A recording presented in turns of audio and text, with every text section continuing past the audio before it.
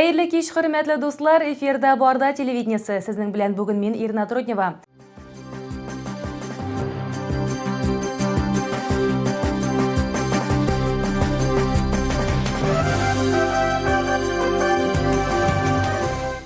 Җирле авыл хуҗалыгы хезмәтчәннәре дүшәмбе көнне уракка төште.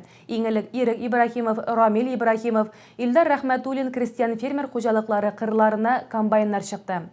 Аларга Мир җәмгыяте һәм башка фермер хуҗалыклары кушылды. Безнең иҗат төркеме авыл хуҗалыгы идарәсе белгечләре белән бергә урып җыю барышы белән танышып кайтты. Венера Балтаева дәвам итә.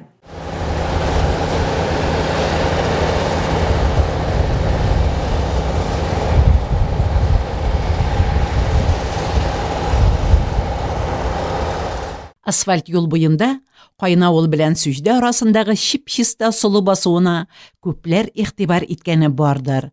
Дускаев крестьян фермер хуҗалыгы басулары ул. Илһам Нәгыйм улының быел КФХ башлыгы буларак 9нчы кат уракка төшүе. Быел көннәр эссе торгач, иген элек җитеште ди ул. Хуҗалык 50 гектарда солы, 120 гектарда бодай чәчкән. Эссе кысты инде быел. Әләнди әйбәт дип әйтеп булмый, 7-8 центнер шамасы төшеп бара. Солы будайны әле урып карамадык. Точнысын әйтә алмыйм. Сирәк инде, бары да сирәк. Сирәк. Җир күренеп тора аны да.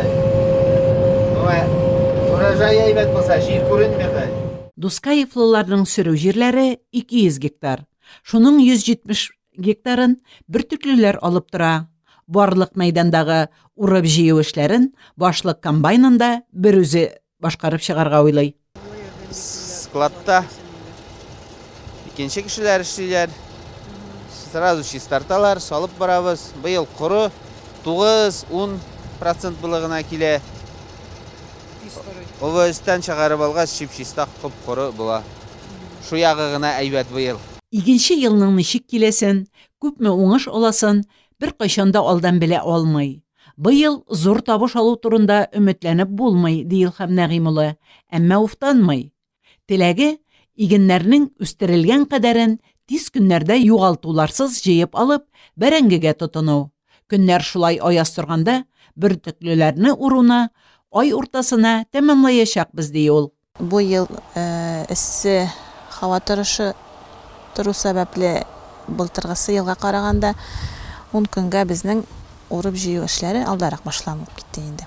Хәзерге көндә хуҗалыкларда урып җыю эшләре башланып китте. Бүгенге көндә 7 хуҗалык басуда урып җыю эшләрен башкаралар. 200 гектарда безнең солы урылган инде һәм будай 80 гектарда. Алга табада калган хуҗалыклар 2-3 көн эчендә эшкә тотынырга тиешләр. Барысының да культуралар безнең җитешкән инде. Бүтән хуҗалыкларга булган уңышларын югалтмыйча урып алырга булсын дип калабыз инде. Уңышлар барысына да.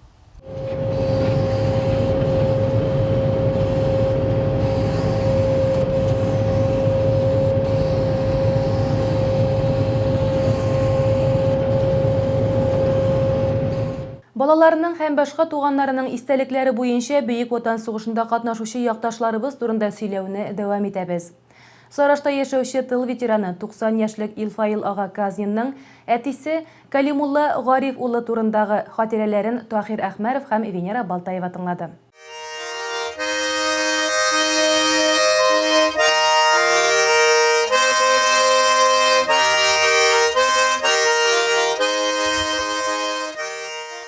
Казнин Калимулла Гафур улы 1902 елда Сарашта шактый хәлле крестьян гаиләсендә туа. 1937 елда аларның 2 катлы йортларын тартып алып, больница төзүләре билгеле. Калимулла кичкенәдән үк бик сәләтле һәм тере бала булып үсә. Оренбург яктан Сагит Шүнчәләев дигән укытучы килеп чыккан бу якка. Әни белән икесе. Безнеке Сарашка туктап безнең йортны Қайта тен йотын көңіліне ошаған. 2 қатлы ұзы яғын қайта тиден тибайтек айында қалған орысша оқытмаға келгенінде ол Сағит Сүнселеев. Кішкене яғында әние біле икisi яшағанна мүсті мәктәп оқытушы дәрісіне алып бара, ешік жиклі қала. Бітіке малай, 7-8 яшықкіна малай, аста мені да тыңнай. Оқытушы, қағалы бұл нәрсе болады, қолға енді. О айта, ол оны аты оқытушы айта. Все болды. Шу етегіз, біздеке әті жөгіп, асқа түсіп кетейінді, ешікні жиклеп күне қойапты ақиу. Екінші күнді тағым міне, оқытушы қабатлы кеше нәрсе өттігәлі, нүкі айтады бұл нәрсе бұла білмей. Бұл малай жиктен тағын қышқыра біздің әті. Варона деп қышқырып қояды, жүгіріп түсіп қоша. Сәғит Сүнчәләй Кәлимулланың оқуға һәвәслеген күреп, әтисен аны мәктәпкә бирергә күндерә. Әті неше жасарда екен, есте түгіл. Әті үйленейді, жігіт бұла вақыт ұзған. Үйлене, 2 малайы бұланың. Енгізуі Рафаил, екіншісі Min Ilfail. Колхоз, уже колхоз тавал нетейді образова сайта атларын беріп қояларды, әтейдеке сары алашасы бұла беріп қояды. Әтей бұнда ішқал мендаңа, аты да болмағаз, жері да болмағаз. Бізді абай білейкі бізді қудырып, бардаға кете әтей ешізіп. Бардаға бара іштаба, квартира яғы ұшақтауы. Шөйтіп, барда сілпаға кәссе болып кірәді. Бір қадар Әржәндә житін заводында эшләп алганнан соң, Кәлимулла силпаға кире кайта. Барда сілпа әтіні ұқырға ебәрәләр. 4 айлық курсқа Ленинградқа, ауыл малайын Ленинградқа ебәрәләр. Әті біздің Ленинградта бара оқиынды, әйбәт оқи. Ул шынлап та бик яхшы укый. Таныклык тапшырганда, курс мөдире аны Казнин Кәлимулла Гарифович иң яхшы укучы дип билгеләп үтә һәм татарин дип өсти. Иптәшләре моны ишетеп шок каталар. Аның документында язылып куелганда, любой бухгалтерияда эшләп, по бухгалтериям дигән яхшы укыган. Кайткас бада дибәргә усакта бардылап, Патриотсоюз ачылып тора уже, Патриотсоюзга бухгалтер итеп алалар инде аны. Монан авылдан Исмилов аны печаль колхозда итеп салилар. О барда да ошой безнең әтине. Безнең уларна уже дүртәү була. Дунаил дигәне Әрҗәндә туа, Нәгыйм дигәне барда туа. Дүрт уларны белә инде Исмилов бабайның авылдаш булгас. Кәлим дүртәү уларны кудырып барда буйда йөрмә. Кайт сарашка. Аны ушушу учатмагыз, безнең 50 соты, 49 соты һаманда. Яз заявление үзеңә биреп куям, безнең урыныгыз үзегезгә булсын дигән. Һәм Кәлимулла гаиләсе белән кире авылга кайта. Сараш башта бер әби ызбасын сатты. 2 яклы каракаш ызбалыган ызбаны алып, монда ташыды инде әти. Шул итеп яшәде, сугыш чыгып китте. Сегодня, 22 июня, 4 часа утра, без объявления войны, германские войска напали на нашу страну. İkisinde Şislanak'a 60'lıgan kişini giberler. 30 at.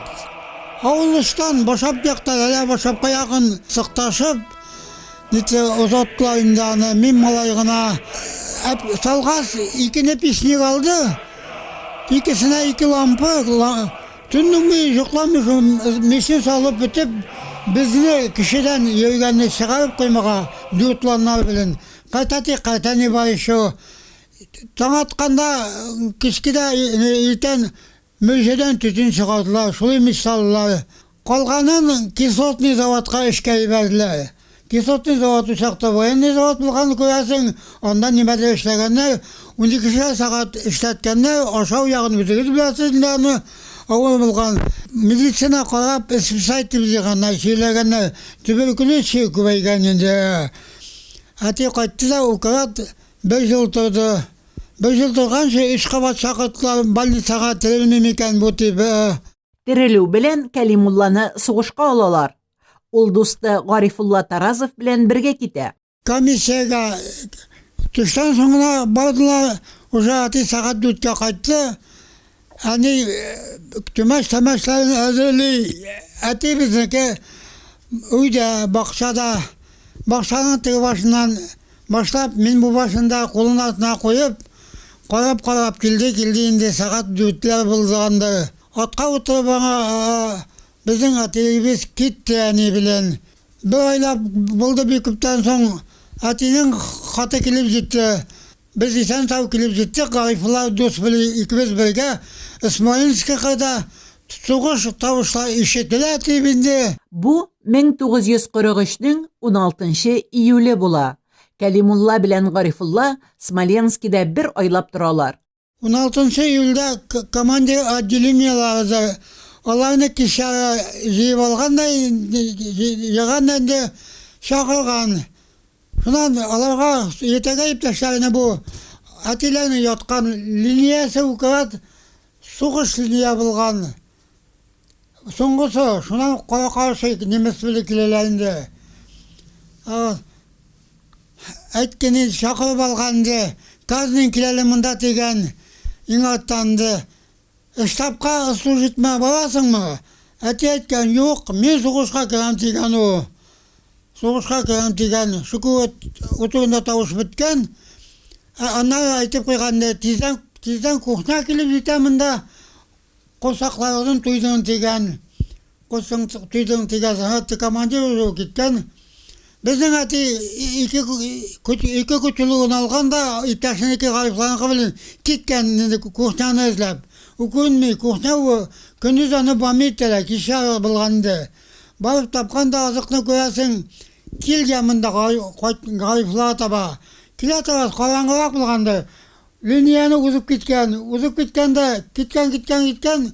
Biraz baramda tыңлыйм. Bir вакыт тавыш ишетеп калган. Янда кычкырып сөйләшәләр. Значит, Гарифулла яна бер авылдаш килгәндә инде сугышка. 5-6 атлам да тыңласам, немешә сөйләшеп аталар. 300 метр, 400 метрна булалар. Барып шунда ишетеп калганда әти жүгергән. Оттан аттылар, тимәді дигәнде үзләп инде Гарифулла яна килеп җиткән. Алда авыр сугышлар торганын белгәнгә, Гарифулла төне буе Кәлимулланы штабка китәргә өндәп чыга. Тик дусты эндәшми. Иртән инде уже сугыш башланган. Перезавай безнекеләр анда 100 метр түгелдә инде. Bunlar bizdekilerin tüyüdüğünde nemesler.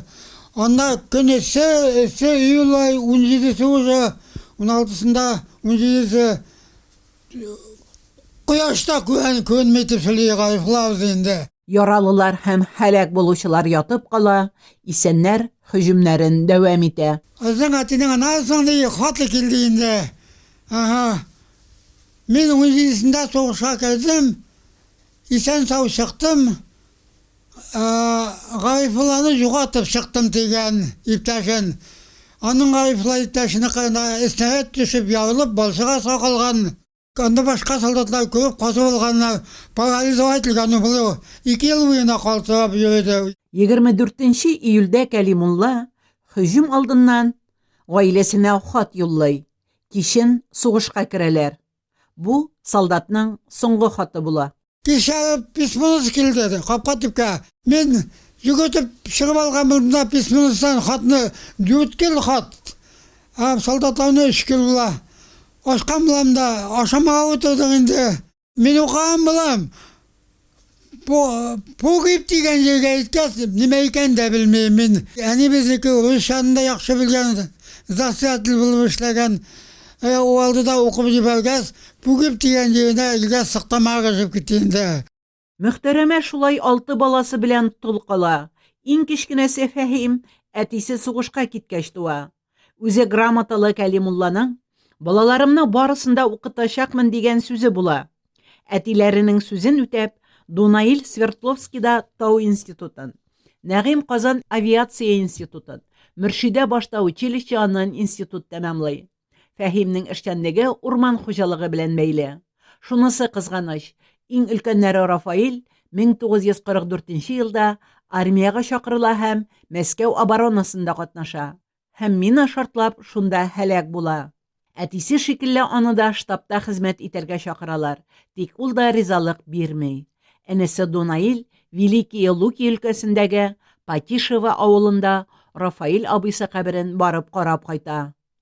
Илфаил ага төрле җирләрдә эшләгәннән соң 1960 елда авыл советына әтисе шикелле бухгалтер булып килә һәм бу эшенә 32 ел тугрылык саклап, лаеклы ялга чыга. Алар тормыш иптәше Мәслимә апа белән 4 бала үстерәләр. Тик карчыга аны иртә ташлап китә. Ә тыл ветераны әтисен бик иртә сугыш йоткан Илфаил агага Ходай озын гомер, сәламәт акыл һәм егәр биргән. 90 яшьлек бабакай әлегә тиклем газлы сулы үз йортында ялгызы яшәй. Шәфкатьле балалары кайтып, күршедә яшәүче килене кереп, хәлен белеп, йорт эшләрен башкарып, ашарга әзерләп торалар. Илфаил ага бөтен ил авыл хәлләреннән хәбәрдар булып, радио тыңлап, илгә көнгә тынычлык теләп яши.